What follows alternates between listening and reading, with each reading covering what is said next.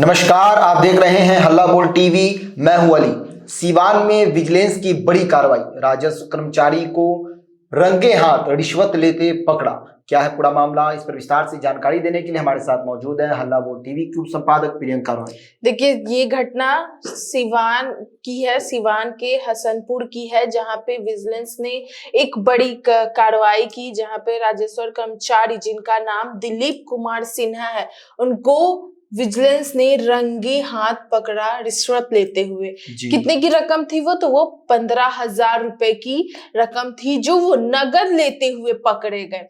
बता दें कि उन्हें सिवान अतिथि गृह में उन्हें ले जाया गया है और उनसे पूछताछ और भी, क्योंकि अभी तो विजिलेंस ने उन्हें रंगे हाथ पकड़ा, पहले भी वो कई सारे ऐसे लिए होंगे पैसे और कब आगे भी लेंगे, तो इन सब चीज को लेके अभी उनसे पूरी तरीके से पूछताछ की जा रही है। देखिए, इस खबर से आने से पहले मैं एक बात बता दूं कि ये जो नीतीश कुमार ने जो शपथ ग्रहण 20 को लिया, 20 नवंबर को, और उसके बाद जो पहली कैबिनेट की जो बैठक हुई थी 27 नवंबर को, मंत्रिमंडल सचिवालय और विजिलेंस के साथ विजिलेंस के विभागों की समीक्षा जो बैठक हुई थी, उसमें नीतीश कुमार ने साफ साफ कह दिया था भ्रष्टाचार को लेकर। उन्होंने साफ साफ कहा था कि भ्रष्टाचार के प्रति उनको जीरो टॉलरेंस रहेगा। भ्रष्टाचार को एकदम अंदर से खत्म करना है बिहार में। भ्रष्टाचार जिस तरीके से बढ़ रहे हैं, विपक्ष के लोग भ्रष्टाचार का आरोप लगा रहे थे, पिछले सरकार में विपक्ष के लोग बेरोजगारी का आरोप लगा रहे थे, कई तरीके का आरोप लगा रहे थे, तंज कस रहे थे सरकार पे। इसी को लेकर जब नई सरकार का जो गठन हुआ और नीतीश कुमार ने शपथ ग्रहण किया, उसके बाद से जो वो समीक्षा बैठक की, विजिलेंस के विभागों की समीक्षा बैठक हुई, और उसमें उन्होंने साफ साफ किया कि भ्रष्टाचार के प्रति जीरो टॉलरेंस होगा और इस पे एक्शन भी देखने को मिला। आप देख सकते हैं कि किस तरीके से बिहार में जो भ्रष्टाचार है वो जब से सरकार का गठन हुआ है, वो उस पे जहां जहां मिल रहा है, पता चल रहा है, सरकार उस पे कड़ी एक्शन लेते हुए नजर आई है। ईडी ने हर तरीके से छापेमारी भी शुरू कर दी है कि जहां जहां उनको पता चला वहां वहां छापेमारी करी। हाल फिलहाल में अफसरों के ठेकों पर भी छापेमारी हुई थी। 2-3 दिन पहले की ही बात है, जहां पे नगद लिए गए थे, कितना 33 लाख रुपए नगद बरामद किए गए थे। उन पर सरकार कई ऐसे अवैध तरीके से जो दिलवाया जा रहा है पैसा, जो दिया जा रहा है पैसा, उनके आरोपों पे सरकार पूरी तरीके से एक्शन मोड में है। अब अगर हम सिवान की बात करें, जो ये घटना निकल के सामने आई है, तो इसमें सिवान के हसनपुर में राजस्व कर्मचारी, तैनात राजस्व कर्मचारी जिनका नाम दिलीप कुमार है, उनको 15,000 रुपए नगद लेते हुए रंगे हाथ पकड़ा गया। उनसे अभी पूछताछ की जा रही है और ये पूरी कार्रवाई डीएसपी श्याम बाबू की अगुवाई में हो रही है। आगे आपको बता दें कि दिलीप कुमार सिन्हा ने किसी व्यक्ति को अपने प्राइवेट ऑफिस में 15,000 रुपए लेने के लिए बुलाया था। जैसे ही वो पैसे ले रहे थे, विजिलेंस ने मौके पर पहुंचकर उन्हें तुरंत ही गिरफ्तार कर लिया। ये विजिलेंस ने उन्हें देखा, मौके पर पहुंचा और गिरफ्तार कर लिया। लेकिन कई ऐसे अभी भी कर्मचारी मौजूद है जो टेबल के नीचे से पैसे लेते हैं। बिल्कुल, कई ऐसे कर्मचारी जो भ्रष्टाचार का आरोप है, तो वो आए दिन बढ़ते ही जा रहा है। अब बिहार में ये भी चीज देखिएगा कि कोई ऐसा काम, सरकारी काम नहीं होता जो बिना पैसे का हो जाए। हर एक काम में के लिए हमें एक्स्ट्रा रिश्वत, एक्स्ट्रा पैसे देने ही पड़ते हैं, तभी हमारा काम हो पाता है, सरकारी काम।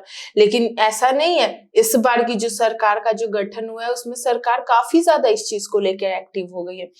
हर एक तरीके से सरकार चाहती है, जो 2025 में जो नई सरकार की गठन हुई है, हर एक तरीके से सरकार चाहती है कि भ्रष्टाचार, बेरोजगारी, महंगाई जैसे मुद्दे पर वो किस तरीके से एक्शन ले रही है, ये हमें दिख रहा है। कई बहाली निकल रहे हैं, दिसंबर के फर्स्ट वीक में कई योजनाएं निकल रही है, कई बहालियां निकल रही है। इतना ही नहीं, जैसे चीनी मिल जो पहले बंद था, जिसकी वजह से बेरोजगार काफी लोग थे, वो भी फिर से स्टार्ट हो रहा है। कई स्थापना भी हो रहा है, जिसकी वजह से और लोग को रोजगार का मौका मिल सकता है। कहाँ पे? तो यही बिहार में आरक्षण का मामला कितना उठा था, पहले बिल्कुल। सरकार में कितना विपक्ष लोग इन सब को लेकर, भ्रष्टाचार को लेकर, हर एक चीजों को लेकर मुद्दा बना रहे थे। लेकिन जब से नीतीश कुमार ने शपथ ग्रहण किया और अभी मैंने बताया कि विजिलेंस के साथ वो उन्होंने समीक्षा बैठक भी की थी, उस बैठक में कई तरीके के ऐसे योजनाएं लाई और कई तरीके के ऐसे भ्रष्टाचार को अंदर खाने से हर एक तरीके से खत्म करने का हर एक प्रयास कर रही है सरकार।